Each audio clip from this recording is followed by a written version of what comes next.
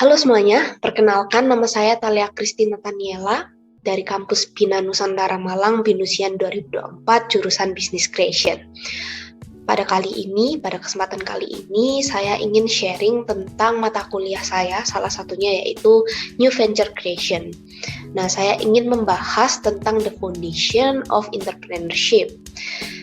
Nah, kali ini The Foundation of Entrepreneurship itu akan saya implementasikan langsung pada Business Spanx. Business Spanx sendiri merupakan brand pakaian dalam yang terkenal di kalangan selebritas dunia. Brand ini menawarkan produknya dengan target wanita kalangan eksklusif yang menginginkan kenyamanan dan bentuk tubuh yang ideal. Keunggulan dari produk ini yaitu mampu menyamarkan lemak tubuh sehingga meningkatkan kepercayaan diri pada penggunanya. Hal tersebut sejalan dengan tujuannya, yaitu percaya bahwa wanita itu dapat melakukan apa saja secara bersama-sama. Nah, awal dari pembentukan wirausaha ini, yaitu profil kewirausahaan ini diwarnai dengan hasil yang inovatif, kegigihan yang tinggi, serta kerja kerasnya untuk pantang menyerah. Spanx bermula pada tahun 1998, di mana Sarah Blakely sebagai penemu ide untuk melakukan hal yang revolusioner, yaitu mengubah stocking yang menumpuk untuk menjadikan pakaian dalam versi pelangsing. Beliau menyebutnya dengan shapewear. Ia memulai usahanya dengan mengerahkan biaya sebanyak $5.000 dari sisa tabungan hidupnya untuk membangun usahanya yang bernamakan Spanx itu tadi. Dan beliau memasarkan penemuan produknya. Ia memulainya dengan kerja keras, di mana beliau menggunakan apartemennya sendiri untuk menggunakannya sebagai tempat produksi. Kemudian beliau juga mengurus serta mempelajari hak patennya secara mandiri di perpustakaan Universitas Teknologi Georgia dan mengunjungi pabrik untuk meyakinkan bahwa produknya ini mampu dikembangkan dalam skala industri yang lebih besar. Dari kerja kerasnya tersebut, ia mulai membuahkan hasil ketika Oprah Winfrey memuji Spanx memuji produknya beliau. Sejak saat itu penjualan perusahaannya mulai meningkat hingga menghasilkan laba yang lebih dari $1 miliar.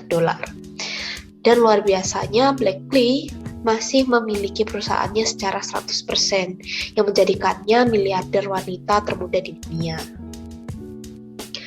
Kemudian, apa yang bisa saya tarik kesimpulannya? Berdasarkan cerita inspirasional tersebut, tidak dapat dipungkiri kisah tersebut memiliki erat kaitannya dengan bab The Foundation of Entrepreneurship pada mata kuliah New Venture Creation karya Norman M. dan Jeffrey R. Cornwall, bahwa sebagai seorang wirausahawan harus memiliki fondasi yang kuat dalam dirinya untuk dapat membangun usaha yang sukses tentunya. Fondasi yang besar dari yang terkecil pun akan berpengaruh dalam jalannya sebuah proses usaha menuju kejayaannya hingga dapat mempertahankan dari waktu ke waktu. Lalu apa saja pelajaran yang dapat kita ambil dari cerita inspirasional tersebut?